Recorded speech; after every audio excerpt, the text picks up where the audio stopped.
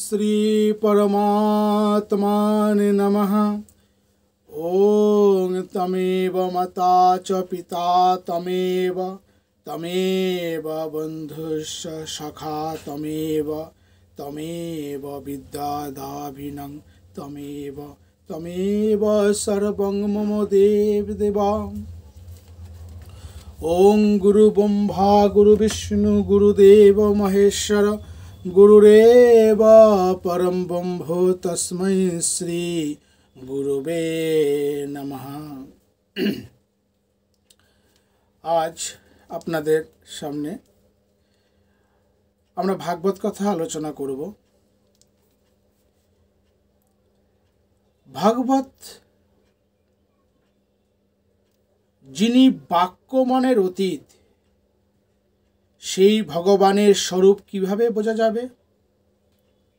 যিনি সৎ চিত ও আনন্দ রূপে বিরাজমান, যিনি অনাদি অনন্ত, যিনি নির্গুণ নিরাকার নির্বিকার, তার স্বরূপ কিভাবে প্রকাশিত হবে? এই তো মানুষের চিরন্তন প্রশ্ন। বেদান্ত সূত্রে এই প্রশ্নের উত্তরে বলা হয়েছে যে ব্রহ্মের দুইটি লক্ষণ আছে, স্বরূপ লক্ষণ ও তটস্থ লক্ষণ। স্বরূপ লক্ষণ বাক্যমনের অতীত, সন্দেহ নেই। তটস্থ লক্ষণ হলো যে আরোপিত ধর্মের দ্বারা বস্তু জ্ঞান হয়, সেটাই তটস্থ লক্ষণ। যেমন একজন অনেক দূরে একটি উঁচু গাছ দেখিয়ে বলল, ওই দেখো নদী, অর্থাৎ গাছের নিচেই নদী রয়েছে, ওই যে গাছ, ওটা নদীর তটস্থ, নদীর ধর্ম নয়। কিন্তু ওই গাছকেই নদীর অসাধারণ ধর্ম আরোপ করে নদীকে জ্ঞাপন করা হলো। যতক্ষণ সৃষ্টি রয়েছে ততক্ষণ বিশ্ব ব্রহ্মাণ্ডের সৃষ্টি স্থিতি লয়ের কর্তারূপে ধর্ম আরোপ করে সেই আরোপিত ধর্মের দ্বারা আমরা তাকে জানতে পারি, অর্থাৎ তিনি সৃষ্টি স্থিতি লয়ের কর্তা। সুতরাং বোঝা যাচ্ছে যে তটস্থ লক্ষণের দ্বারা ব্রহ্মের পূর্ণ স্বরূপ জানা না গেলেও তার সম্বন্ধে কিছুটা আভাস পাওয়া যায়। যার থেকে বিশ্বের সৃষ্টি স্থিতি লয় হচ্ছে, যার সত্তায় জগতের সকল বস্তু সত্তাবান আছে বলে মনে হয়, যিনি সর্বজ্ঞ, যিনি দেবতাদেরও দুর্বোধ্য, বেদকে অন্তর্যামী রূপে আদি কবি ব্রহ্মার হৃদয়ে সঞ্চার করেছেন। মরীচিকাদিকে জল ভ্রমের মতো যাতে অধিষ্ঠিত মায়িক সৃষ্টিও সত্য বলে বোধ হয়, সেই মায়া নিরসনকারী সত্যস্বরূপ পরমেশ্বরকে ধ্যান করি। ব্যাসদেব সমস্ত উপনিষদের অর্থ এই ভাগবতে অতি সংক্ষেপে প্রকাশ করেছেন। এখানে পরমেশ্বর স্বরূপ লক্ষণের কথা বলা হলো। তিনি সত্য স্বরূপ। তাছাড়া পরমেশ্বরের আর যত সব লক্ষণের কথা বলা হয়েছে, তাতে বিশ্বের উৎপত্তি, বিশ্বের স্মৃতি এবং তাতেই বিশ্বের লয় হয়। তারই সত্তায় জগতের সব কিছু সত্তাবান। তিনি সর্বজ্ঞ।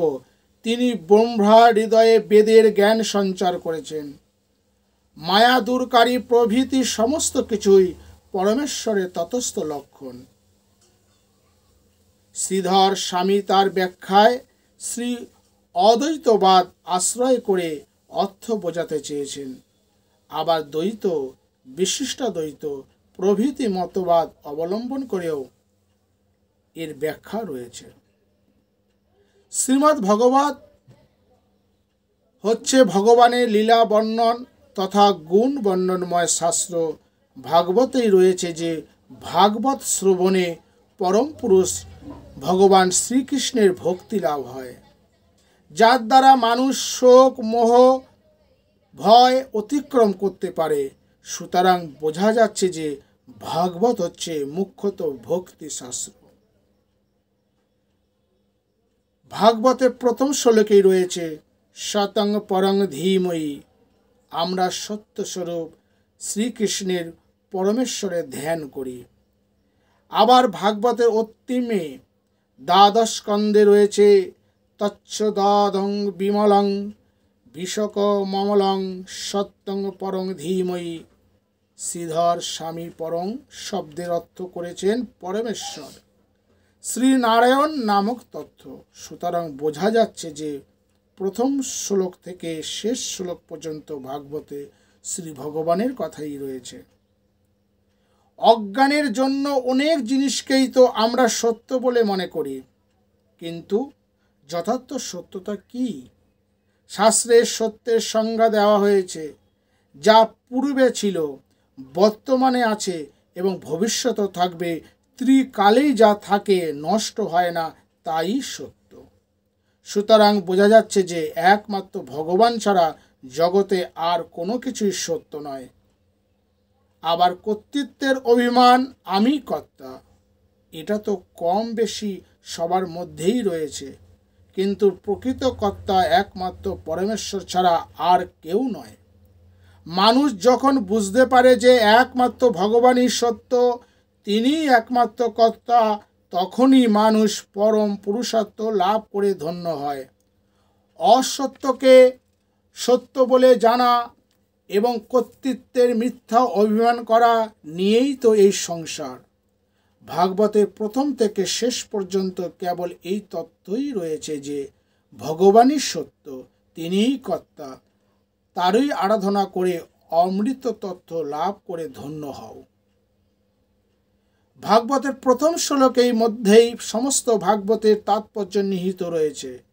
দ্বৈত, অদ্বৈত, বিশিষ্টাদ্বৈত, শুদ্ধ দ্বৈত, অচিন্ত ভেদাভেদ প্রভৃতি বিভিন্ন মতবাদের পণ্ডিতেরা যুক্তিতর্কের দ্বারা তাদের মতের অনুকূলে ভাগবতের ব্যাখ্যা করেছেন।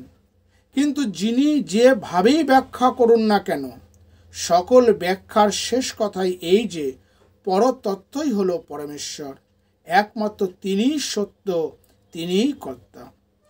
ভাগবতের প্রথম শ্লোক গায়ত্রী মন্ত্রের মতোই পবিত্র এবং অর্থবহ। গায়ত্রী মন্ত্রে তৎসবিতুর্বরেণ্যং ভার্গদেবস্য ধীমহি, বিশ্বব্রহ্মাণ্ডের প্রসবিতা রচয়িতার শক্তি ধ্যান করি বলে বলা হয়েছে। এখানেও বলা হয়েছে যে যা থেকে বিশ্বের সৃষ্টি স্থিতি লয় হয়, যিনি ব্রহ্মা হৃদয়ে বেদ জ্ঞান সঞ্চার করেন, তার ধ্যান করি। সুতরাং দেখা যাচ্ছে যে গায়ত্রী মন্ত্র এবং ভাগবতের প্রথম শ্লোকের প্রতিপাদ্য বিষয় একই। ব্যাসদেব প্রথম শ্লোকে ভাগবতের মঙ্গলাচরণ করেছেন। ভাগবতের সবটাই মঙ্গলময়, মঙ্গলময় শ্রী ভগবানের কথাতেই পূর্ণ। সুতরাং আলাদা করে মঙ্গলাচরণের দরকার ছিল না। তবুও সাধারণ নিয়ম রক্ষার জন্য ব্যাসদেব এই শ্লোকে ভাগবতের মঙ্গলাচরণ করেছেন। এছাড়া এই শ্লোকে ব্যাসদেব সমস্ত ভাগবতের তাৎপর্য, ভগবত তত্ত্ব সংক্ষেপে ব্যক্ত করেছেন। শ্রুতিতে রয়েছে যে ব্রহ্ম হচ্ছেন সত্য, জ্ঞান, অনন্ত বিজ্ঞান ও আনন্দ স্বরূপ। এই শ্লোকে যার ধ্যান করবার কথা বলা হয়েছে তার দুইটি রূপ, একটি মায়াতীত এবং অপরটি মায়িক। একটি অখণ্ড, অনন্ত, অচিন্ত, সত্য, জ্ঞান ইত্যাদি। অপরটি লীলাময়, রসময়, সর্বগুণধার, বিশ্বের সৃষ্টিকারী, সকলের রক্ষক, কৃপাময়, বন্ধু, স্বামী, পিতা, একমাত্র শরণ্য। অধিকারী ভেদে কেউ সত্যস্বরূপ ব্রহ্মকে জেনে জ্ঞান মার্গে তাকে লাভ করেন, আবার কেউ লীলাময়, রসময়, বন্ধু, স্বামী, পিতারূপে তারই ভজনা করে ভক্তিপথে তাকেই লাভ করে থাকেন। শ্লোকের প্রথমে জন্মাদস্য বলে যাকে জগতের সৃষ্টি স্থিতি লয়ের কর্তা বলা হয়েছে, শ্লোকের শেষে তাকেই সত্যং পরম সত্যরূপে নির্দেশ করা হয়েছে। এতে ব্রহ্মার সগুণ এবং নির্গুণ এই দুই ভাবেরই কথা বলা হয়েছে। প্রশ্ন করা যেতে পারে যে জগতে তো বহু ধর্মশাস্ত্র রয়েছে, যাতে ধর্মের স্বরূপ, উপাসনা পদ্ধতি প্রভৃতি বিস্তারিতভাবে রয়েছে, সুতরাং নতুন করে আবার ভাগবত রচনার দরকার কি ছিল? এই প্রশ্নের নিরসনের জন্য ব্যাসদেব ভাগবতের বৈশিষ্ট্য দেখাতে দ্বিতীয় শ্লোকের অবতারণা করেছেন। ফলের আশা করে যে ধর্মের আচরণ করা হয় তা কপট ধর্ম। ভাগবতে কপট ধর্ম সম্পূর্ণরূপে পরিহার, ফল আকাঙ্ক্ষা রহিত, সর্বভূতে দয়াশীল সাধুদের অনুষ্ঠেয় ভগবত অধ্যয়ন রূপ পরম ধর্ম নিরূপিত হয়েছে। এতে তাপত্রয় আধ্যাত্মিক, আদি দৈবিক, আদি ভৌতিক দুঃখের উন্মূলনকারী পরম মঙ্গলপ্রদ পরমার্থ তত্ত্ব অনায়াসে হৃদয়ঙ্গম করা যায়। মহামুনি স্বয়ং নারায়ণ কর্তৃক রচিত এই পরম রমণীয় ভাগবত শাস্ত্র থাকতে অন্য শাস্ত্রের প্রয়োজন কি? কেননা ভাগবত শ্রবণের ইচ্ছুক ভাগ্যবান ব্যক্তি শ্রবণ মাত্রই ভগবানকে হৃদয়ে ধারণ করতে সমর্থ হন। শ্রীমদ্ ভাগবত যে অন্যান্য শাস্ত্র থেকে শ্রেষ্ঠ, এটি জানতে পারলেই লোকের ভাগবত শোনার ইচ্ছা হবে। তাই ব্যাসদেব এই শ্লোকে ভাগবতের বৈশিষ্ট্য দেখিয়েছেন। প্রথম, স্বয়ং নারায়ণ নিজ মুখে ব্রহ্মাকে এই ভাগবত উপদেশ করেছিলেন, সুতরাং বোঝা যাচ্ছে যে ভাগবতের অসাধারণ বৈশিষ্ট্য রয়েছে।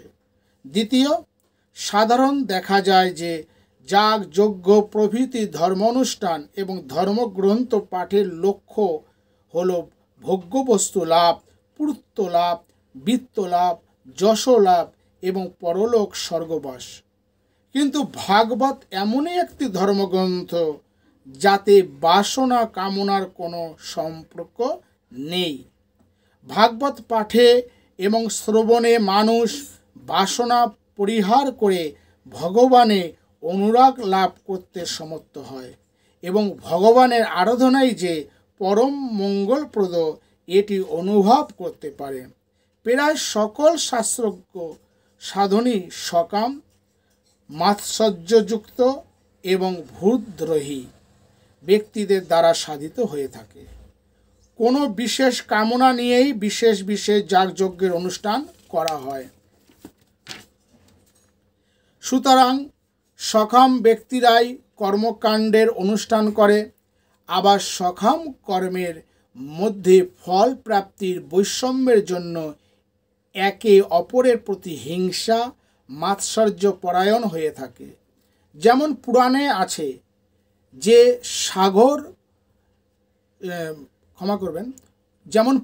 আছে যে সগর রাজা শত অশ্বমেধ যজ্ঞ করেছেন দেখে দেবরাজ ইন্দ্র মাৎসর্যবশত সেই যজ্ঞে বিঘ্ন সৃষ্টি করলেন।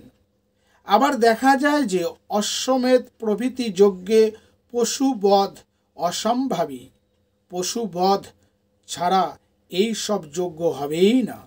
সুতরাং এই সব যজ্ঞকারী ভূদ্রোহীও বটে।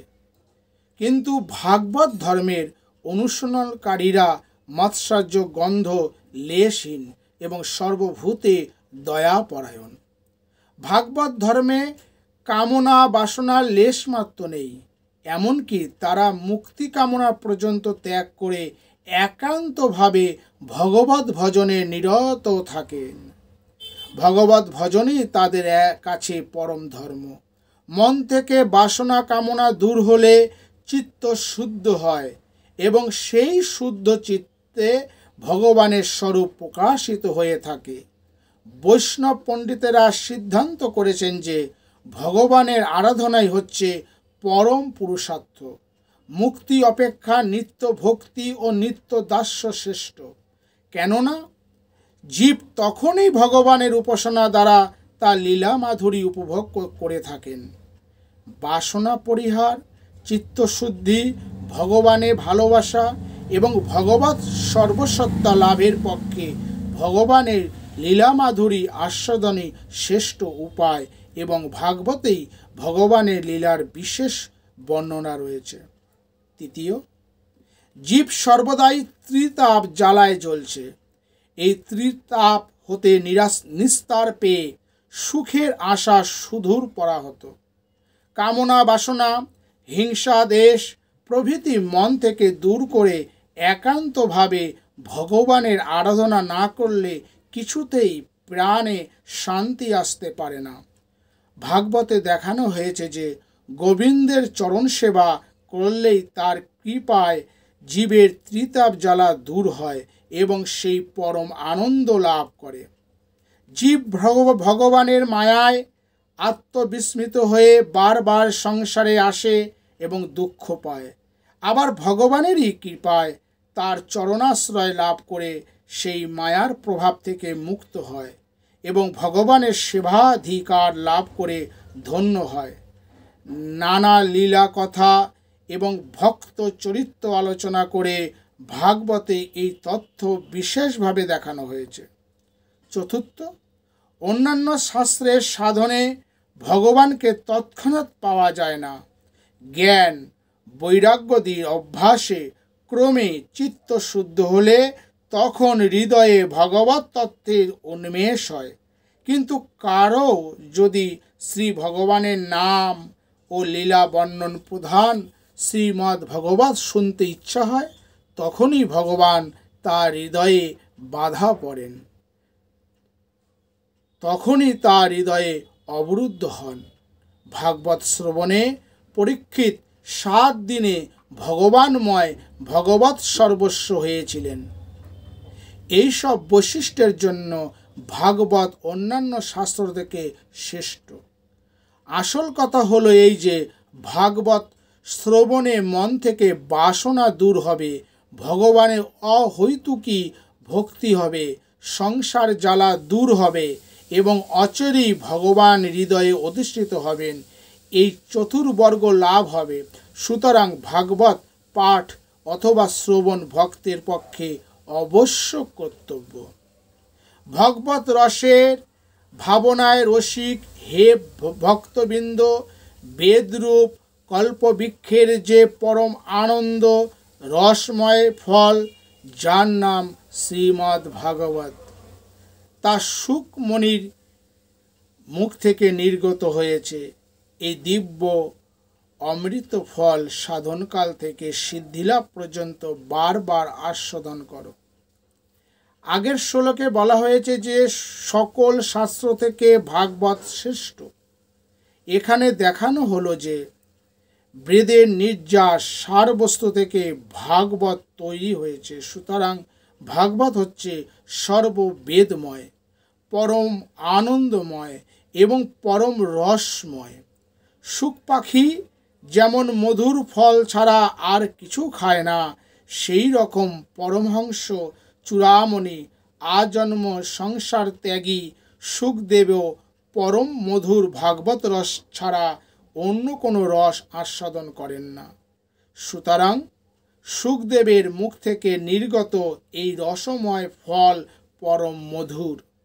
সাধারণত দেখা যায় সাধক যখন সিদ্ধিলাভ করেন তখন তার আর কিছুতেই আগ্রহ থাকে না, কিন্তু নারদ প্রভৃতি সিদ্ধ মুমুক্ত আত্মারা মুনিরা সর্বস্ব ত্যাগ করেও শ্রী ভগবানের লীলা রসে সদাই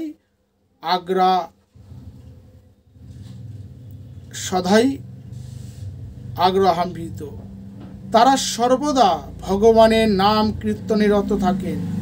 তাই এখানে বলা হয়েছে পিতবত ভগবতং রসমালয়ম, হে ভক্তবৃন্দ সর্বদা এই ভগবত রস পান করো। এইভাবে প্রথম 3টি শ্লোকে ভাগবতের মঙ্গলাচরণ এবং শ্রেষ্ঠত্ব প্রতিপাদন করে ভাগবতের মূল প্রসঙ্গ আরম্ভ করা হয়েছে। ভাগবত প্রণয়ন ও সুখদেবকে শিক্ষাদান। পদ্মপুরাণে রয়েছে যে দাপরের শেষে নানা অপসিদ্ধান্তের জন্য বেদের সারাত্ব আচ্ছন্ন হয়ে গেলে দেবতারা শ্রীনারায়ণের শরণাপন্ন হন। বেদমূর্তি শ্রীনারায়ণ তখন ব্যাসরূপে পৃথিবীতে অবতীর্ণ হয়ে চতুর্বেদ বিভাগ করেন। বেদ বিভাগ করে ব্যাসদেব ভাবলেন যে যারা যাগযজ্ঞ পঠন পাঠনে রত থাকবে, যারা নিষ্ঠাবান এবং মেধাবী, তারাই বেদের অর্থ অনুবাদন করে বেদোক্ত কর্ম করে মুক্তি লাভ করবে। কিন্তু স্ত্রীলোক, শূদ্র ও পতিত অর্থাৎ যারা অল্প বুদ্ধি, যাদের পঠন পাঠন নিয়ে থাকার সময় ও যোগ্যতা নেই, বেদার্থ জ্ঞান লাভের যারা উপযুক্ত হয়নি, তাদের উপায় কি হবে? তাই তিনি বেদের তত্ত্বসমূহকেই গল্প, উপনিষদ, উপদেশ, কাহিনী ইত্যাদির মধ্য দিয়ে মহাভারত এবং পুরাণ রচনার মাধ্যমে ব্যক্ত করলেন, যাতে পুরাণোক্ত তত্ত্বের উপলব্ধি করে সাধারণ মানুষও মায়ামোহ অতিক্রম করতে পারে।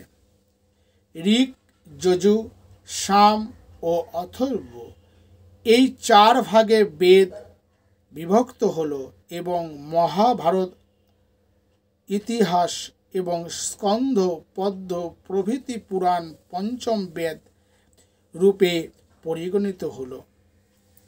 উদ্দেশ্য এই যে পুরাণ ও মহাভারতে যেসব গল্প, উপদেশ ও কাহিনী রয়েছে, তার মধ্য দিয়ে সাধারণ মানুষ বেদের তত্ত্বসমূহই উপলব্ধি করতে পারবে। মায়ামোহ অতিক্রম করে মানুষ মুক্তি লাভ করবে, ভক্তি লাভ করবে। তাছাড়া যারা বুদ্ধিমান, যুক্তিবাদী, তাদের পরতত্ত্ব বোঝাবার জন্য ব্যাসদেব যুক্তিতর্কের অবতারণা করে ব্রহ্মসূত্র রচনা করলেন। বেদ বিভাগ, পুরাণ, মহাভারত রচনা, ব্রহ্মসূত্রের প্রচার, এই সবেরই উদ্দেশ্য এক, বিষয়ের নিবৃত্তি, ভগবানের আসক্তি এবং মুক্তি লাভের প্রচেষ্টা। কিন্তু এত করেও মানুষের বিষয়ভোগের বাসনা দূর হলো না, ভক্তি মুক্তির জন্য মানুষ সচেষ্ট হলো না। বেদের কাম্য কর্মের কথায় রয়েছে যে যাগ যজ্ঞাদি কর্মের ফলে মানুষ স্বর্গে গিয়ে সুখ ভোগ করতে পারবে। বেদের নিবৃত্তিমূলক কথা ভুলে মানুষ সেই স্বর্গাদি ভোগের দিকেই ঝুঁকে পড়ল।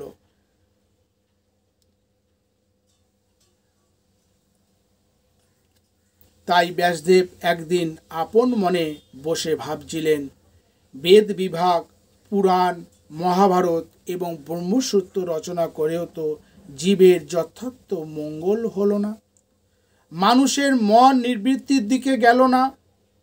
এখন উপায় কি হবে? জীবের কি গতি হবে? এই চিন্তায় অন্তত ক্লিষ্ট হয়ে ব্যাসদেব যখন মনের দুঃখে সরস্বতী নদীর তীরে বসেছিলেন, সেই সময় দেবর্ষি নারদ সেখানে গিয়ে উপস্থিত হলেন। নারদকে দেখে ব্যাসদেব সসম্ভ্রমে উঠে তাকে অভ্যর্থনা করে বসালেন। দেবর্ষি নারদ ও ব্রহ্ম ঋষি ব্যাসদেবের মিলন অতি অদ্ভুত এবং এর ফল হল সুদূর প্রসারী। একজন ভক্ত শ্রেষ্ঠ এবং আরেকজন জ্ঞানী শ্রেষ্ঠ।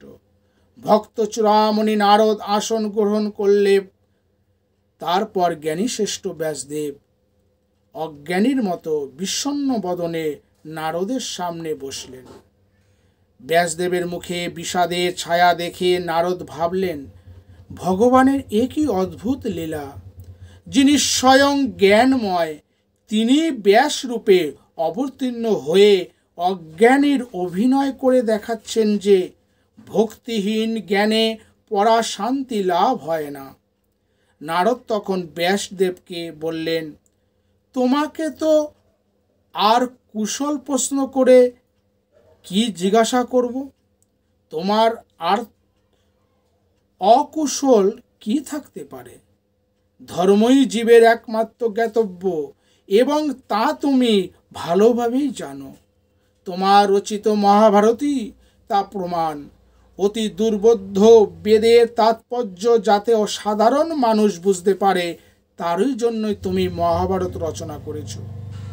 তুমি যখন সর্বাত্মপূর্ণ সুবৃহৎ মহাভারত রচনা করেছ, তখন বোঝাই যাচ্ছে যে ধর্মাদি বিষয়ে তোমার নতুন করে কিছু জানার অথবা অনুষ্ঠান করবার দরকার নেই। তাছাড়া তোমার বেদান্ত সূত্র দেখলে বোঝা যায় যে নির্বিশেষ ব্রহ্মতত্ত্ব সম্বন্ধেও তোমার অজানা কিছু নেই।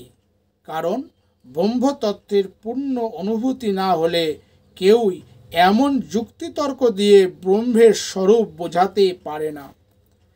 আমি আশ্চর্য হচ্ছি এই ভেবে যে এসব সত্ত্বেও তোমার মুখে আজ বিষাদের ছায়া কেন? তুমি সনাতন ব্রহ্মের স্বরূপ বেদান্ত সূত্রের বিচার করেছ এবং অনুভব করেছ, তবুও মায়ামুগ্ধ জীবের মতো তোমায় অপ্রসন্ন দেখছি কেন? তত্ত্ব জ্ঞানহীন জীবের বিষাদ থাকতে পারে, কিন্তু সর্বত্রভাবে পূর্ণ তোমার আবার বিষাদ কি? দেহ অভিমানী অজ্ঞানী জীব কিছুতেই শান্তি পায় না, কিন্তু তোমার মতো জ্ঞান সিন্ধুতে অশান্তির তরঙ্গ কি করে সম্ভব হতে পারে? নারদের কথা শুনে ব্যাসদেব মুনি বললেন, আপনি যা বললেন তা সবই ঠিক।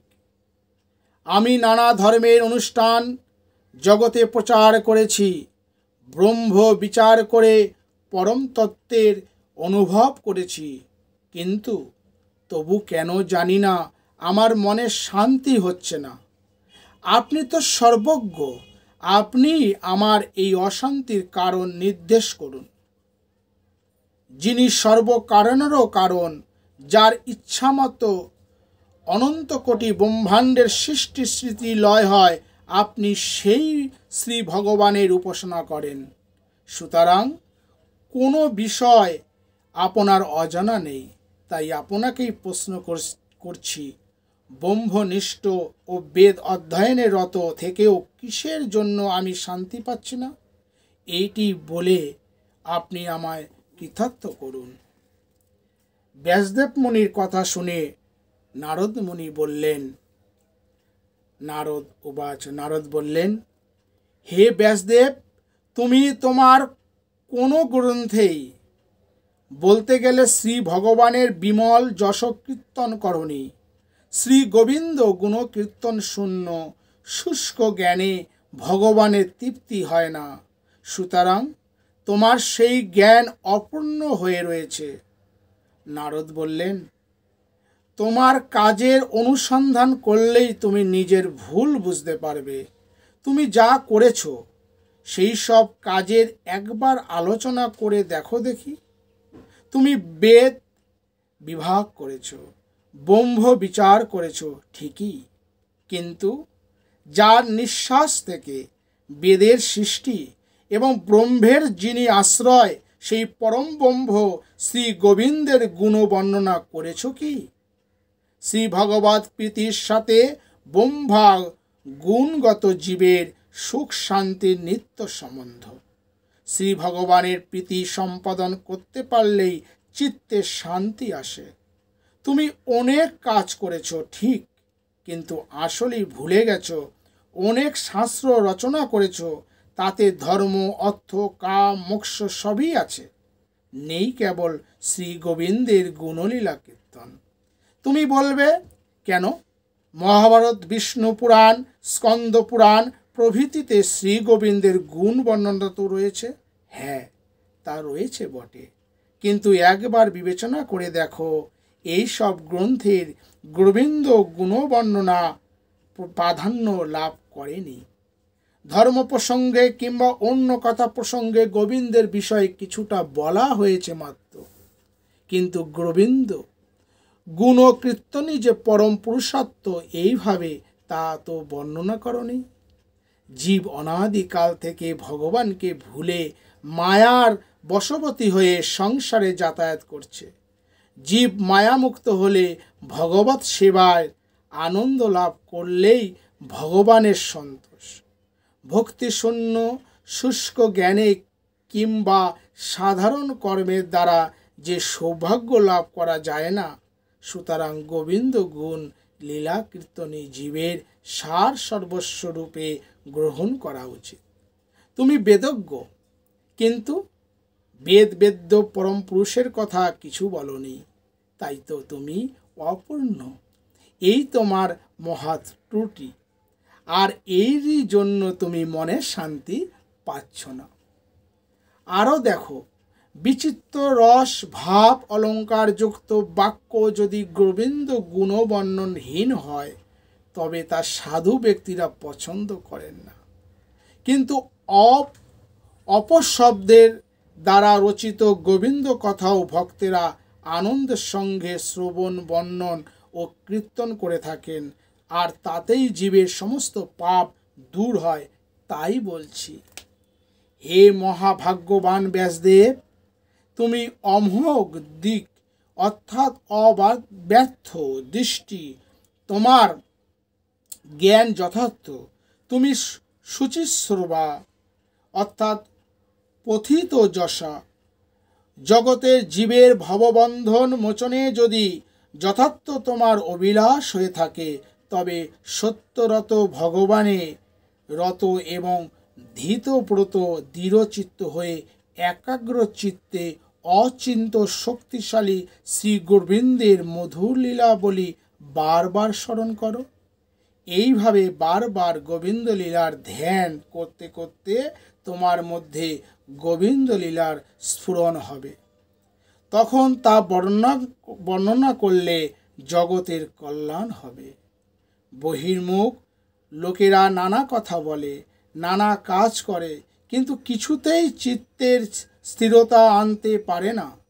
সংসার সমুদ্র পার হতে হলে, চিত্তের স্থিরতা লাভ করতে হলে শ্রী গোবিন্দ কথার আশ্রয় ছাড়া তো আর কোনো উপায় নেই। ব্যাসদেব তখন বিচক্ষণ ব্যক্তি। ব্যাসদেব, তুমি বিচক্ষণ ব্যক্তি, তুমি তো জানো যতদিন বিষয় বাসনা থাকবে ততদিন ভগবানের দিকে মন যাবে না। তাই বলছি, তুমি মধুর গোবিন্দ লীলা বর্ণনা করো। গোবিন্দ লীলা ও শ্রুতি সুখকর এবং হৃদয়ে আনন্দ এনে দেয়। একাধারে ভোগ ও মোক্ষ, প্রবৃত্তির আবরণে নিবৃত্তি। গোবিন্দ লীলার আশ্রয় নেওয়া মাত্র জীবের বিষয় বাসনা দূর হয় এবং গোবিন্দ সেবার লালসা জন্মে। পুত্রকামী ব্যক্তিকে পুত্রের আশা ছাড়তে বলায় যে ভগবানের পুত্র রূপে পাবার পথ দেখালেই তো ভালো ফল হবে। শ্রবণ সুখলেপসু ব্যক্তিকে গোবিন্দ গুণগান শোনালেই তার যথার্থ সুখ হবে এবং তার যথার্থ মঙ্গল করা হবে। তাই বলি, তুমি গোবিন্দ লীলার ধ্যান করো এবং ধ্যান করতে করতে তোমার হৃদয়ে যে গোবিন্দ লীলার স্ফূর্তি হবে তাই বর্ণনা করো। সেই গোবিন্দ লীলা পাঠ করে, সেই লীলা শ্রবণ করে লোকের যথার্থ কল্যাণ হবে, তাদের সর্বাত্ম সিদ্ধিও হবে। দেবর্ষি নারদ চলে যাবার পর ব্যাসদেব নারদের কথায় সারবত্তা হৃদয়গম্ভ করে শ্রী গোবিন্দের ধ্যানে নিরত হলেন। ধ্যান যোগে তিনি ভগবান শ্রীকৃষ্ণ এবং তার অংশ মৎস্য, কুর্ম, বরাহ, নৃসিংহ, বামন প্রভৃতি অবতারের যেসব লীলা দর্শন করলেন তাই তিনি শ্রীমদ্ ভগবত রূপে জগতে প্রচার করলেন। ব্যাসদেব সমাধিতে সমস্ত অনর্থ দূরকারী অর্থাৎ সংসার বাসনা ক্ষয়কারী ভক্তিযোগের জ্ঞান লাভ করলেন। তখন বিষয় অন্ধ জীবের কল্যাণের জন্য শাশ্বত সংহিতাম শ্রীমদ্ ভগবত সংহিতা প্রণয়ন করলেন। কি রকম সেই ভাগবত সংহিতা? ভাগবত কোনো রকমে একটুমাত্র শ্রবণ করলেই পরম পুরুষ শ্রীকৃষ্ণে ভক্তি লাভ হয় এবং জীবের শোক মোহ ভয় অর্থাৎ ভবভয় দূর হয়। সুতরাং বোঝা যাচ্ছে যে ব্যাসদেবের হৃদয় আকাশে বিভাসিত শ্রীমদ্ ভগবত শ্রী ভগবানেরই অশেষ করুণার দান। ভগবত রচনা করে ব্যাসদেব ভাবলেন, এই অমৃত এখন কোন পাত্রে রাখা হবে, কার মাধ্যমেই বা এই অমৃত জগতে পরিবেশিত হবে। তখন অনেক ভেবে চিন্তে তিনি ঠিক করলেন যে একমাত্র তারই পুত্র সুখদেব, যিনি আজন্ম সংসার ত্যাগী, ব্রহ্ম ধ্যানে সদা নিরত, একমাত্র সেই সুখদেবই এই অমৃত ধারণ করতে সক্ষম। জগতে একমাত্র সেই যথার্থ রূপে ভাগবতের প্রচার করতে পারবে। তাই তিনি সুখদেবকে আনিয়ে উপদেশ করলেন এই শ্রীমদ্ ভাগবত।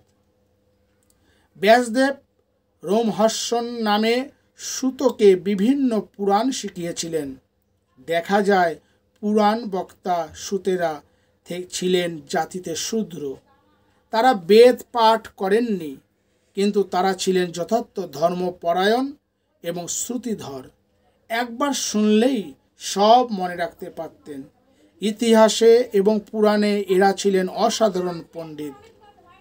পুরাণ বক্তা সুতেরা বিভিন্ন যজ্ঞ অনুষ্ঠানে গিয়ে পুরাণ কথা বলতেন। তখনকার দিনে লোকেরা জ্ঞানের আদর করতেন। তাই দেখা যায় যে মুনি ঋষিদের যজ্ঞ সভাতে পর্যন্ত সুতেরা উপস্থিত রয়েছেন এবং মুনি ঋষিরা সাদরে পাদ্য অগ্র দিয়ে তাদের পূজা করে তাদের কাছ থেকে পুরাণ কথা শুনছেন, যেখানে জাতি বিচারের কোনো স্থান ছিল না। প্রশ্ন করা যেতে পারে, ব্যাসদেব তো রোমহর্ষণকে অন্যান্য সব পুরাণ শিখিয়েছিলেন, ভাগবত পুরাণও তো তাকেই শেখাতে পারতেন। তা না করে নিজেরই পুত্র সুখদেব, যিনি ধ্যানপরায়ণ ব্রহ্মনিষ্ঠ সমাধিমগ্ন, তাকে সমাধি থেকে নামিয়ে এনে কেন ভাগবত শেখাতে গেলেন? সুখদেবকে ভাগবত শেখাবার বিশেষ কারণ ছিল, যা অন্য কাউকে দিয়ে সফল হতো না। প্রথম কারণ এই যে তখনকার দিনে ব্রহ্ম উপাসনাই ছিল মোক্ষ লাভের উপায়। বেদের যাগ যজ্ঞাদি ক্রিয়ার ফল অস্থায়ী জেনে মুমুক্ষু ব্যক্তি সর্বস্ব ত্যাগ করে ব্রহ্মনিষ্ঠ গুরুর কাছে গিয়ে বেদান্ত বা উপনিষদ শ্রবণ করতেন এবং পরে মনন ও নিধিধ্যাসনে দ্বারা তারা ব্রহ্ম নির্বাণ লাভ করতেন। এইভাবে তখনকার দিনের উচ্চ বর্ণের লোকেরা সাধন করতেন, কিন্তু শুদ্ধের তো বেদের অধিকার ছিল না। তাই এই সাধনার ধারা তারা জানতেন না। দ্বিতীয় কারণ এই যে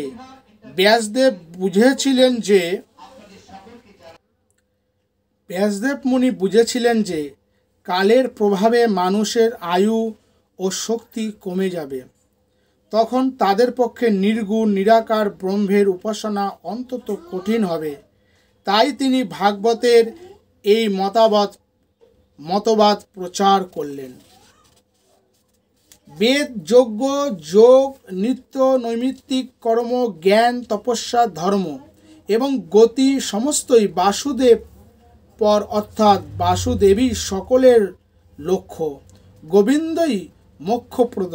সুতরাং সব কিছু ত্যাগ করে তারই ভজনা করা উচিত। সকল কর্মের উদ্দেশ্য গোবিন্দ ভজন। সকল উপাসনার উপাস্য দেবতা গোবিন্দ। যোগী যোগ সাধনার সিদ্ধিতে পরমাত্মা রূপে গোবিন্দকেই লাভ করে। জ্ঞানী জ্ঞান সাধনার সিদ্ধিতে ব্রহ্মরূপে গোবিন্দকে প্রাপ্ত হয়। কর্মীরা কর্মের ফলের দ্বারা গোবিন্দেরই মাহিক বিভূতি স্বর্গাদি লাভ করে। সুতরাং সর্বকর্মের উদ্দেশ্যই হচ্ছেন শ্রী গোবিন্দ। তপস্যা, নির্গুণ উপাসনা সবই বাসুদেব সমর্পণ করেছেন। যোগ, ধ্যান, তপস্যা সবারই লক্ষ্য গোবিন্দ।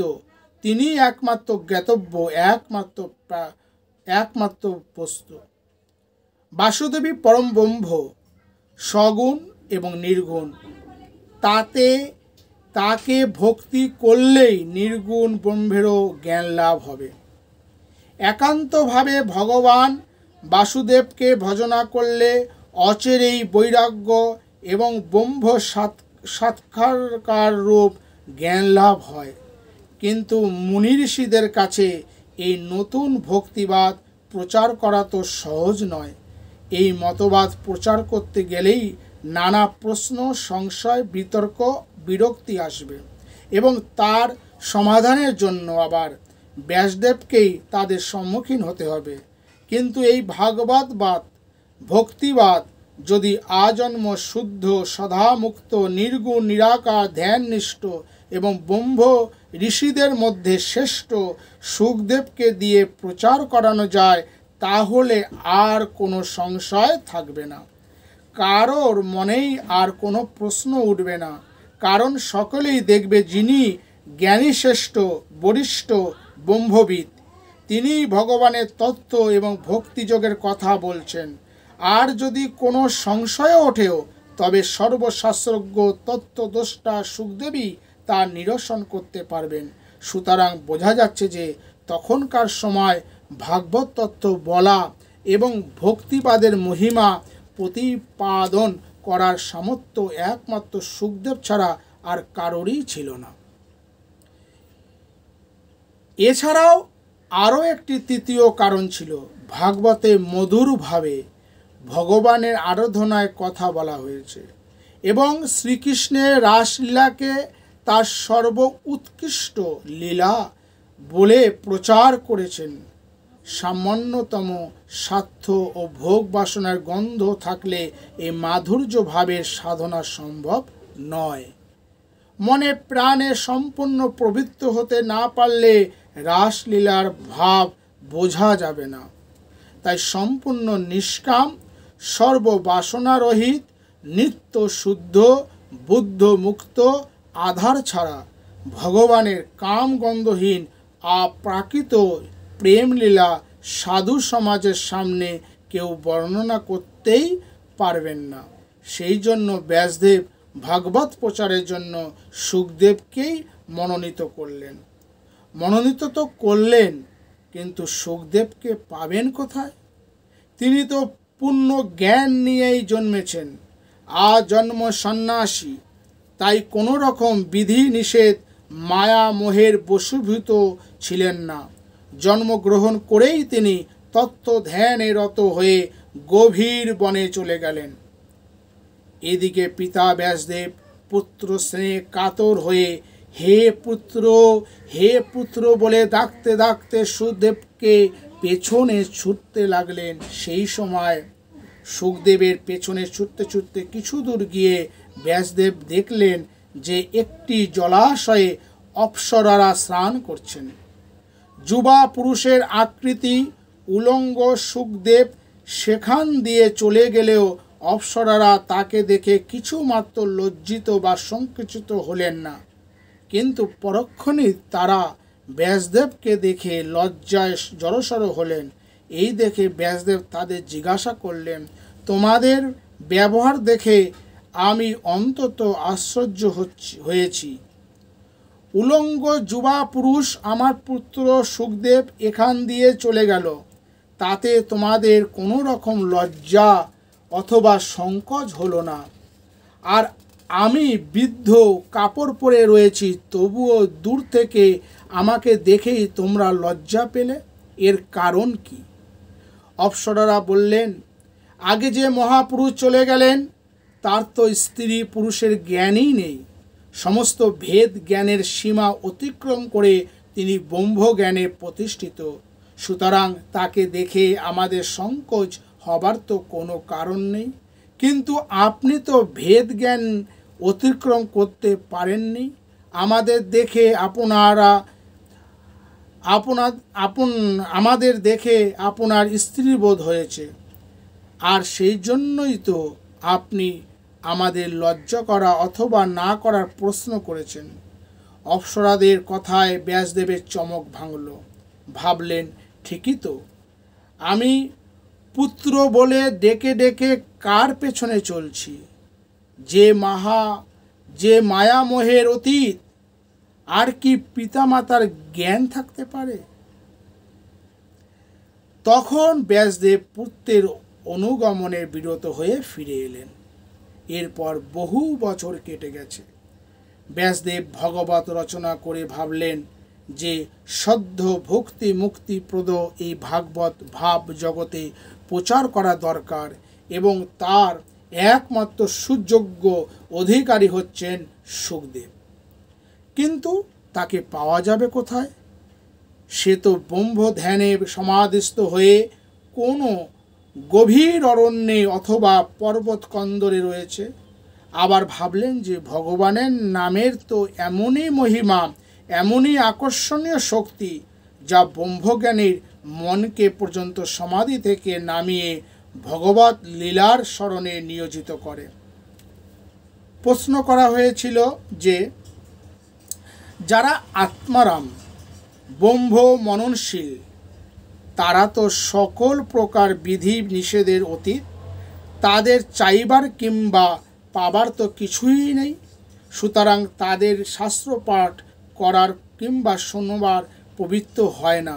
তবুও শুকদেব কেন ভগবত অধ্যয়ন করলেন এবং অপরকে তা শোনালেন?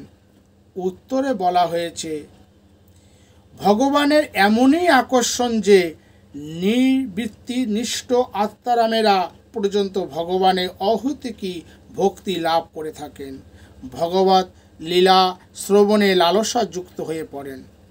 ব্যাসদেব এক ফন্দি আঁটলেন। তিনি কাঠুরিয়াদের ডেকে বললেন, তোরা তো কাঠ কাটবার জন্য বহু দূরে দূরে পাহাড়ে জঙ্গলে যাস, তোরা একটা কাজ করবি। কাঠুরিরা বললেন, নিশ্চয়ই করব। ব্যাসদেব বললেন, আমি একটা গান তোদের শিখিয়ে দেব। তোরা যখন পাহাড়ে জঙ্গলে কাঠ আনতে যাবি তখন উচ্চ স্বরে এই গানটি গাইবি। এই গান শুনে যদি কেউ এসে তোদের জিজ্ঞাসা করে, এ গান তোমরা কোথায় শিখলে?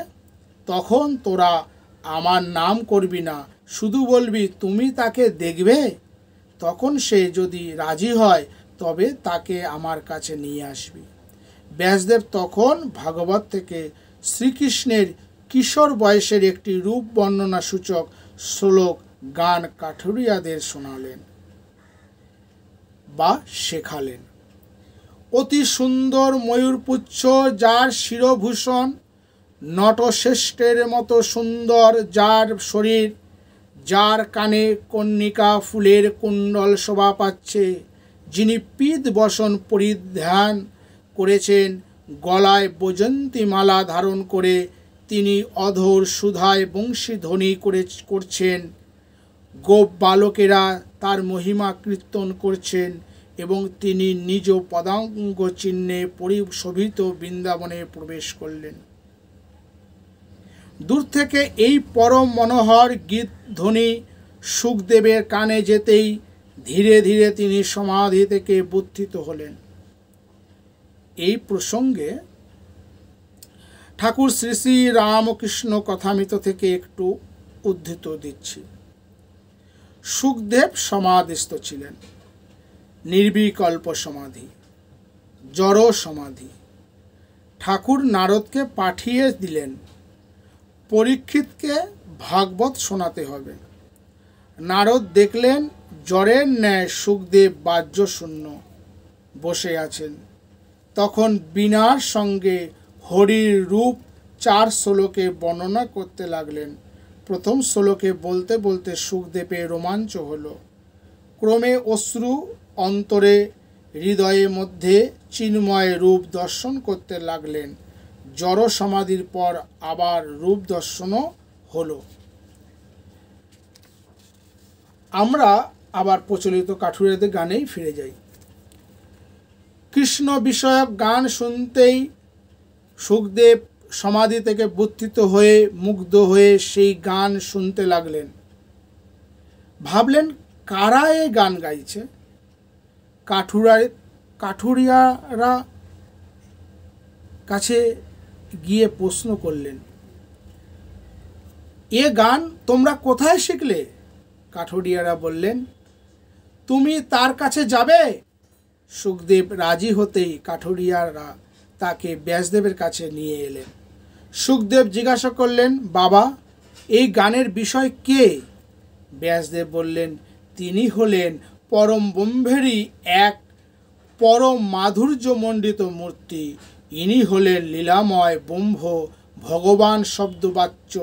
যিনি জ্ঞানীদের ব্রহ্ম, তিনি যোগীদের পরমাত্মা এবং তিনি ভক্তদের ভগবান। আমি এই ভগবানের বিষয় নিয়ে একটি বেদতুল্য পুরাণ রচনা করেছি, তা হলো ভাগবত। তুমি এটা আমার কাছে শিখে নিয়ে লোকের কল্যাণের জন্য জগতে প্রচার করো। সুখদেব নির্গুণ ব্রহ্মে নিষ্ঠাযুক্ত হলেও কৃষ্ণ গুণ কথায় আকৃষ্ট হয়ে উত্তম শ্লোক শ্রীহরির লীলা বিষয়ক শ্রীমদ্ ভাগবত অধ্যয়ন করলেন। সুখদেব পরে ভক্তা অগ্রণী প্রায় উপবেশনরত মহারাজ পরীক্ষিত এবং উপস্থিত সাধু মণ্ডলীর কাছে এই ভাগবত কীর্তন করলেন।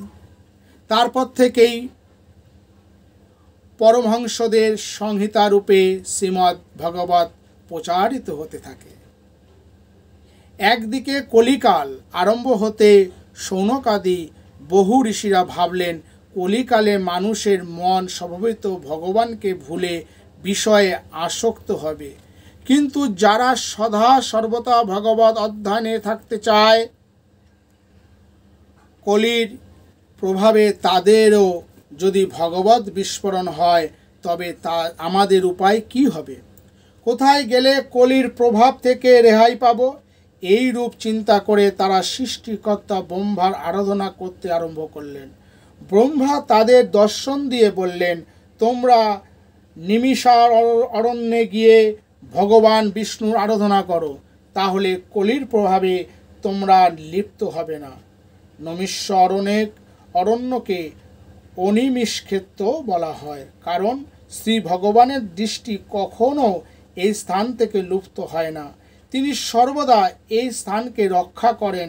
সেই অনিমিষ ক্ষেত্রে শৌনকাদি ঋষিরা ভগবত প্রাপ্তির আশায় এই এক যজ্ঞ আরম্ভ করলেন। উদ্দেশ্য এই যে কোনো সদা অনুষ্ঠানের আয়োজন করলে সেখানে স্বভাবতই সাধু সন্তের সমাগম হবে এবং তখন সৎ প্রসঙ্গে ভগবানের কথা আলাপে ভগবত প্রাপ্তি হবে। এই আশায় ঋষিরা একদিন সকালবেলা কর্তব্য শেষ করে বসে আছেন। এমন সময় দেখলেন যে সুত উগ্র শ্রোভা প্রেমানন্দে বিভোর হয়ে উচ্চ স্বরে হরি গুণগান করতে করতে সেখান দিয়ে যাচ্ছেন। ইনি ভগবানের কথা শোনবার জন্য সর্বদা উৎকণ্ঠ হয়ে থাকেন বলে তার নাম হয়েছিল উগ্রশ্রবা। এর পিতা ছিলেন রোমহর্ষণ। এই রোমহর্ষণকেই ব্যাসদেব সমস্ত পুরাণ শিখিয়েছিলেন। ইনিও সর্বদা কৃষ্ণ প্রেমানন্দে রোমাঞ্চিত হয়ে থাকতেন, তাই লোকে তাকে রোমহর্ষণ বলতো। যাই হোক, রোমহর্ষণের পুত্র উগ্রশ্রবা গঙ্গার তীরে পরীক্ষিতের সভায় সুখদেবের মুখেই ভাগবত কথা শুনেছিলেন। সুখদেবের মুখ থেকে যারা ভাগবত কথা শুনেছিলেন তারাই জানেন যে ভাগবত কথার মহিমা।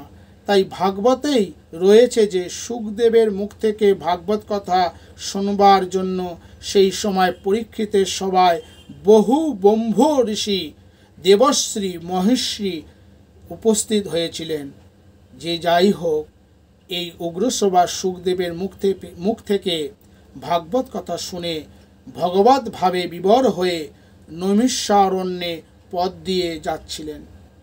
শৌনকাদি ঋষিরা ভাবে বিভোর উগ্রসভাকে ওই পথে যেতে দেখে তাকে আদর করে ডেকে এনে যথাযোগ্য সম্মান করে বসিয়ে বললেন, হে নিষ্পাপ উগ্রসভা, তুমি পুরাণ, ইতিহাস এবং বিভিন্ন ধর্মশাস্ত্র ভালোভাবে পড়েছ এবং যে সকলের ব্যাখ্যাও করেছ, সুতরাং সমস্ত শাস্ত্রের জ্ঞান তোমার অধিগত।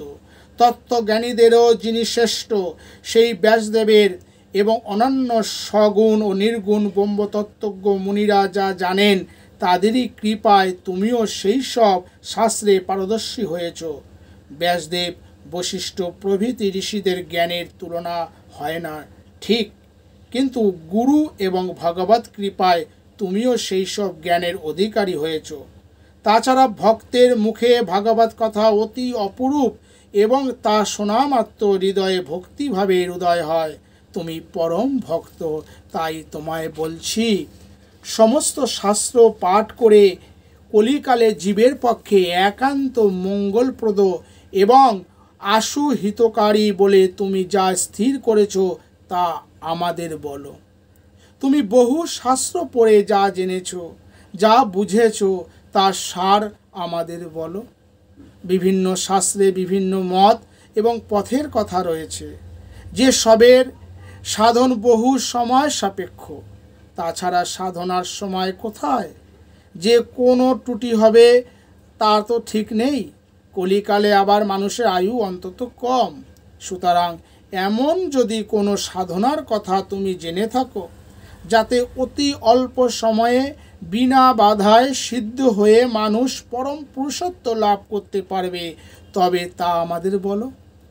তুমি তো সর্বশাস্ত্রবিদ, সমস্ত শাস্ত্রের সার রূপে যা বুঝেছ তা আমাদের কাছে কীর্তন করো। এতে লোকের মঙ্গল হবে, মানুষ পরমার্থ লাভ সমর্থ হবে। ঋষিরা আরও বললেন, হে সুত, ভক্ত পালক শ্রী ভগবান যে জন্য শ্রীকৃষ্ণ রূপে অবতীর্ণ হয়েছিলেন তা তো তুমি জানো। যার মৎস্য কুর্মাদি অবতারগণ জীবের সংসার মোচন করে পরম সম্পদ দান করেন, সেই স্বয়ং ভগবান শ্রীকৃষ্ণের লীলা কথা শুনতে আমরা উৎসুক হয়েছি। শনকাদি ঋষিরা ভালোভাবেই জানেন যে ধর্মের গ্লানি দূর করতে হবে এবং ধর্মের প্রতিষ্ঠার জন্য ভগবান অবতীর্ণ হন। তার জন্য যিনি যুগে যুগে মৎস্য কুর্ম বরাহ নৃসিংহ বামন প্রভৃতি বহুবিধ রূপে অবতীর্ণ হয়ে পৃথিবীর ভার দূর করে ধর্মের পুণ্য প্রতিষ্ঠা করে থাকেন। কিন্তু এবার ভগবান স্বয়ং বসুদেব দেবকীর পুত্র হয়ে জন্ম পরিগ্রহ করেছেন। সুতরাং এর নিশ্চয়ই কোনো বিশেষ কারণ আছে, যা ভগবানের অংশ অবতারে অর্থাৎ মৎস্য কুর্ম বরাহ নৃসিংহ বামন প্রভৃতি রূপে সিদ্ধ হবার নয়। ভগবানের আবির্ভাবের দুইটি কারণ বলা হয়, বহিরঙ্গ আর হচ্ছে অন্তরঙ্গ। এই দুটি কারণ। ভগবানের অসুর বধ, ধর্মস্থাপন, এসব হলো তার আবির্ভাবের বহিরঙ্গ কারণ। ভগবান যিনি রসস্বরূপ, তিনি রস আস্বাদনের জন্য অবতীর্ণ হন। এইটি হলো তার আবির্ভাবের অন্তরঙ্গ কারণ। এই কারণে সম্বন্ধে সকলে জানে না, কেবল মাত্র ভক্তরা জানেন। শনকাদি ঋষিরা ভগবানের বহিরঙ্গ কারণ সম্বন্ধে জানতেন। ভগবানের অন্তরঙ্গ কারণ সম্বন্ধে জানবার জন্য শ্রুতকে তারা এই প্রশ্ন করলেন এবং উত্তরে শ্রুত শ্রীকৃষ্ণের ব্রজলীলা বর্ণনা আরম্ভ করলেন। শ্রীকৃষ্ণ অবতারের কথা এসে ঋষিরা শ্রুতকে আবার প্রশ্ন করলেন, সংসার প্রভাবে পতিত অর্থাৎ ঘোর বিষয়ী ব্যক্তি যদি বিবশ হয়েও ভগবানের নাম উচ্চারণ করে, তবে অজামিলের মতো সেও তখনই মুক্ত হয়ে যায়। জীব বহু জন্মের কর্মফলে সংসারে যাতায়াত করে, কিন্তু গোবিন্দ নামের এমনই মহিমা যে অবশ অবস্থাতেও যদি তার নাম একবার উচ্চারিত হয়, তবে তখনই সে মুক্ত হয়ে যায়। আর তা হবেই বা না কেন? স্বয়ং ভয়ই যাকে ভয় করে চলে, সেই গোবিন্দ নাম যার মুখে উচ্চারিত হয়, স্পন্দিত হয়, তার কি আর কোনো ভয় থাকতে পারে? ঋষিরা বলছেন, যার নামেরই এমন শক্তি, তিনি স্বয়ং পৃথিবীতে এসে কি করলেন তা তুমি আমাদের শোনাও। হে সুত, যার চরণ আশ্রয় করে মুনিগণ সর্ববাসনা মুক্ত হয়ে শান্ত হয়ে যায়, যার চরণ বিগলিত গঙ্গার পশ্বে জীব প্রবৃত্ত হয়, তারই কথা শুনতে আমরা উৎসুক হয়েছি। ভক্ত এবং গঙ্গা গোবিন্দ চরণ সম্বন্ধের জন্যই জীবকুল পবিত্র হয়ে করে থাকেন। ভক্ত কৃপা দৃষ্টি দ্বারা এবং গঙ্গা পশ্বের দ্বারা অপরকে পবিত্র করেন। গোবিন্দ চরণ সম্বন্ধ যার যত বেশি, পাবনী শক্তিও তার তত বেশি। গঙ্গা শ্রী ভগবানের চরণ থেকে উদ্ভূত হয়ে সাগরের দিকে ধেয়ে চলেন, আর ভক্ত সর্বদাই ভগবৎ চরণ হৃদয়ে ধারণ করে থাকেন। সুতরাং বোঝা যাচ্ছে যে এইরূপ ভগবৎ সম্বন্ধিত ভক্তের লোক পাবনী শক্তি বেশি। শনকাদি ঋষিরা বললেন যে ভক্তরাই যদি এত লোক পাবনী শক্তি, তবে শ্রী ভগবানের লীলা কাহিনীর মহিমা ও পাবনী শক্তির কথা আর কি বলবো। অশেষ জন্মের বাসনা কামনা দূর করে হৃদয়ে পবিত্র করতে হলে শ্রী ভগবৎ লীলার কথার মতো আর কিছু নেই। পুণ্যশ্লোক ব্যক্তিরা সর্বদা তার লীলা কীর্তন করে থাকেন এবং ব্রহ্মা নারদ প্রভৃতিও তারই গুণগান করেন। অতএব গোবিন্দ কথা শুনতে আমরা উৎকণ্ঠিত হয়েছি। হে সুত, গোবিন্দ কথা শুনিয়ে তুমি আমাদের কৃতার্থ করো। হে ধীমান, হে পরম জ্ঞানী সুত, যিনি স্বেচ্ছায় নানা মূর্তিতে প্রকটিত হয়ে নানা লীলা করে থাকেন, সেই শ্রীকৃষ্ণের পরম মঙ্গলপ্রদ মৎস্যাদি অবতার কথা আমাদের বলো। আমরা শ্রী ভগবানের কথা, গুণকথা শ্রবণ করে তৃপ্তি লাভ করতে পারছি না, কারণ ভগবত কথায় রসিক জনের প্রতি পদে মধু থেকে মধুরত রসের আস্বাদন হয়। যোগ জ্ঞান ইত্যাদিতে সিদ্ধি লাভ করলে মানুষ তৃপ্ত হয়। নির্বিকল্প সমাধি লাভের পর কেউ যম নিয়ম আসন ইত্যাদি অভ্যাস করে না। স্বর্গাদি লাভ করলে কেউ আর অশ্বমেধাদি যজ্ঞ করে না, কারণ ফল লাভের জন্যই এইসব করা হয় এবং ফল লাভ হলেই লোকে তৃপ্তি লাভ করে। ক্ষুধার নিবৃত্তি হলে আর খাবার ইচ্ছে থাকে না। কিন্তু ভগবানের কথার এমনই মহিমা যে ভগবত কথা শুনে কেউই পূর্ণ তৃপ্তি লাভ করে না, বরং ভগবত কথা শুনবার আকাঙ্ক্ষা ক্রমেই বেড়ে যায়।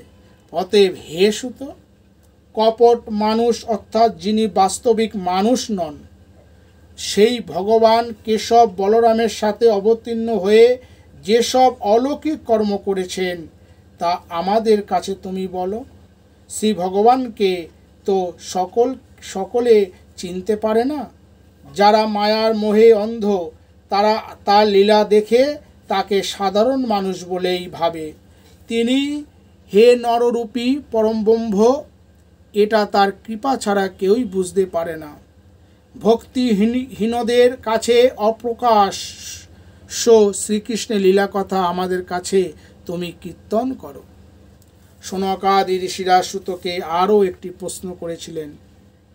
ব্রাহ্মণদের প্রতিপালক, ধর্মের রক্ষক যোগেশ্বর শ্রীকৃষ্ণ অপ্রকট হলে ধর্ম তখন কার শরণাপন্ন হলেন? কলিকালে তো অধর্মেরই প্রাধান্য হয়ে থাকে, তখন ধর্ম কাকে আশ্রয় করে টিকে থাকবে? ঋষিরা সুতকে 6টি প্রশ্ন করেছেন, যা সর্বকালে সকল লোকের পক্ষেই মঙ্গলপ্রদ। প্রশ্নগুলি হচ্ছে: 1.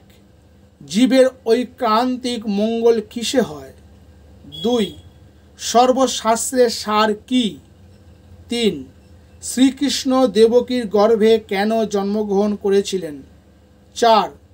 তিনি কি কি লীলা করেছেন? 5. তিনি কোন কোন অবতারে কি কি কর্ম করেছেন? 6. শ্রীকৃষ্ণ অপ্রকট হলে ধর্ম কার শরণাপন্ন হয়েছিল? ঋষিদের প্রশ্ন শুনে শ্রুত পরম আনন্দে ধীরে ধীরে এই সব প্রশ্নের উত্তর দিতে আরম্ভ করলেন। বলতে আরম্ভ করার পর স্বাভাবিকভাবেই আবার আরও সব প্রশ্ন এবং উত্তরে অবতারণা করা হয়েছে। আর এই সব একত্রিত করেই শ্রীমদ্ ভাগবত তৈরি হয়েছে। সনকাদি ঋষিদের প্রশ্ন শুনে সুত উগ্রশ্রবা ভাবলেন, ঋষিদের এখন কি উত্তর দেব? সাংখ্য, বেদান্ত, ন্যায়, মীমাংসা প্রভৃতি বিভিন্ন শাস্ত্র বিভিন্ন অধিকারীর জন্য বিভিন্ন উপদেশ দিয়েছে। একই উপদেশ সকল প্রকার লোকের পক্ষে সমান মঙ্গলপ্রদ হতে পারে না। বেদা ভিন্নান্ন শ্রিতয়া ভিন্নান্ন, বেদ বিভিন্ন, স্মৃতি বিভিন্ন, যত মুনি তত মত। আবার জীবের পরম পুরুষত্ব লাভের উপায়ও এক রকম নয়। সুতরাং সনকাদি ঋষিদের এখন কি বলি? সুত ভাবলেন, ব্যাসদেব তো নারায়ণেরই অবতার। তিনি সর্বশাস্ত্র পারদর্শী। তিনি জীবের কল্যাণের জন্য বেদ বিভাগ করলেন, মহাভারত, পুরাণ এবং বেদান্ত সূত্র রচনা করলেন। কিন্তু তাতে জীবের যথার্থ কল্যাণ হলো না।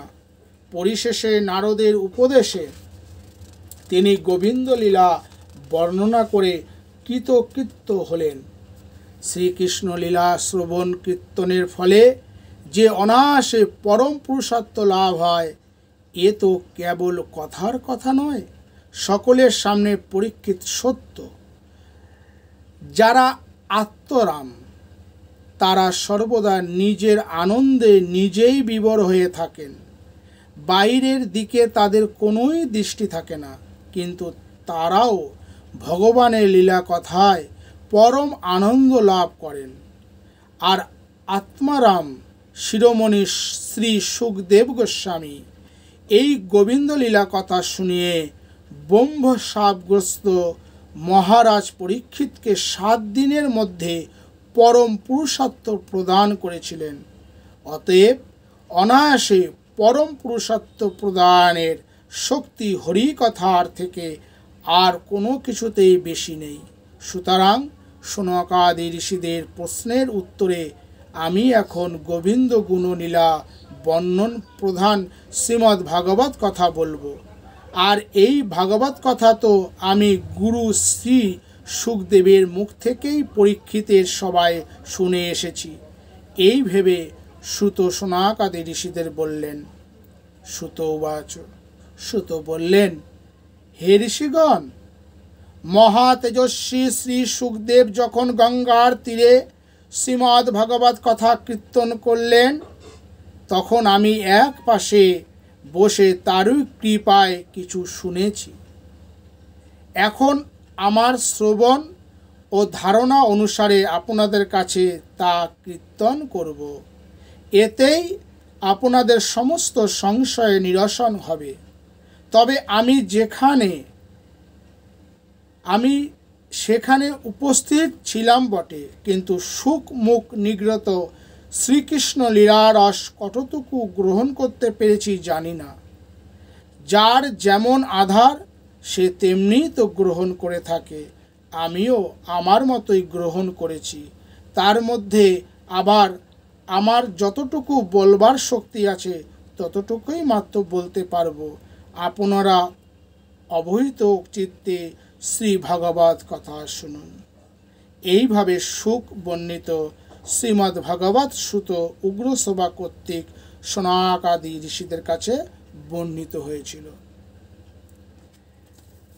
হরে কৃষ্ণ কৃষ্ণ কৃষ্ণ হরে হরে, হরে রাম রাম রাম হরে হরে, হরে কৃষ্ণ কৃষ্ণ কৃষ্ণ হরে হরে, হরে রাম রাম রাম হরে হরে, হরে কৃষ্ণ কৃষ্ণ কৃষ্ণ হরে হরে, हरे राम राम राम हरे हरे, हरे कृष्ण कृष्ण कृष्ण हरे हरे, हरे राम राम राम हरे हरे, हरे कृष्ण कृष्ण कृष्ण हरे हरे, हरे राम राम राम हरे हरे, हरे कृष्ण कृष्ण कृष्ण हरे हरे, हरे राम राम राम हरे हरे।